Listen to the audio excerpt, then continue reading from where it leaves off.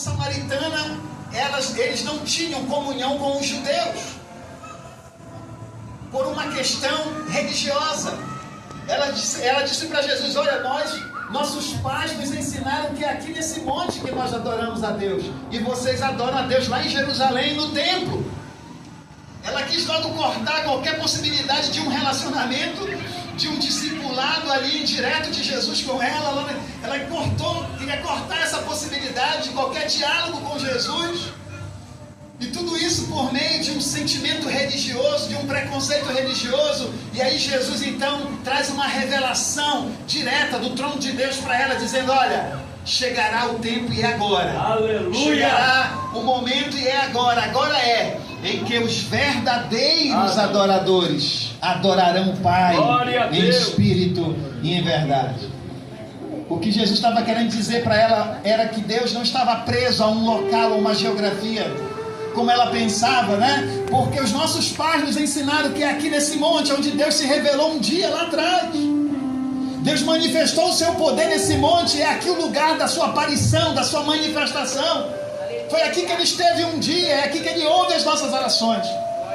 E vocês dizem que é lá no templo, lá em Jerusalém.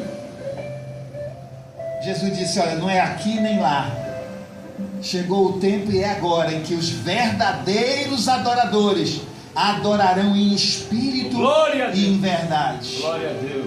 Jesus estava falando de algo que sai de dentro de nós, de algo mais profundo, algo que brota no nosso íntimo, irmãos.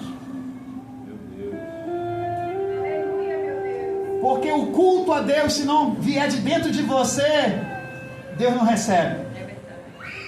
A gente pode até preparar um ambiente, colocar flores, preparar um ambiente mais bonito, decorar com algumas figuras, alguns símbolos religiosos. Nós podemos até criar toda uma atmosfera religiosa em torno do culto. Mas se o culto não acontecer aqui dentro de nós, Deus não aceita. Meu Deus! Aleluia. Porque na verdade, irmãos, quando o pastor dá as bênçãos apostólicas e despede todo mundo para voltar para casa, o culto não acaba. Verdade. Porque o culto nunca acaba. O culto sempre estará acontecendo, porque é assim que é no céu, e Deus quer que aqui na terra seja como é no céu. Lá no céu os anjos adoram a Deus incessantemente, de eternidade a eternidade eles adoram a Deus. Glória! Aleluia! Então o discipulado, irmãos, é a transmissão dos valores do reino de Deus para as nossas vidas.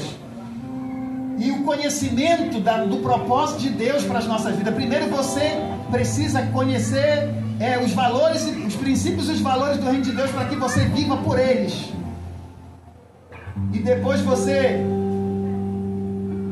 cumpre a outra parte desse discipulado, que é transmitir os valores do reino de Deus. Primeiro você tem que ser para depois fazer. A religião, muitas das vezes, a religiosidade humana nos ensina primeiro fazer para mostrar que somos.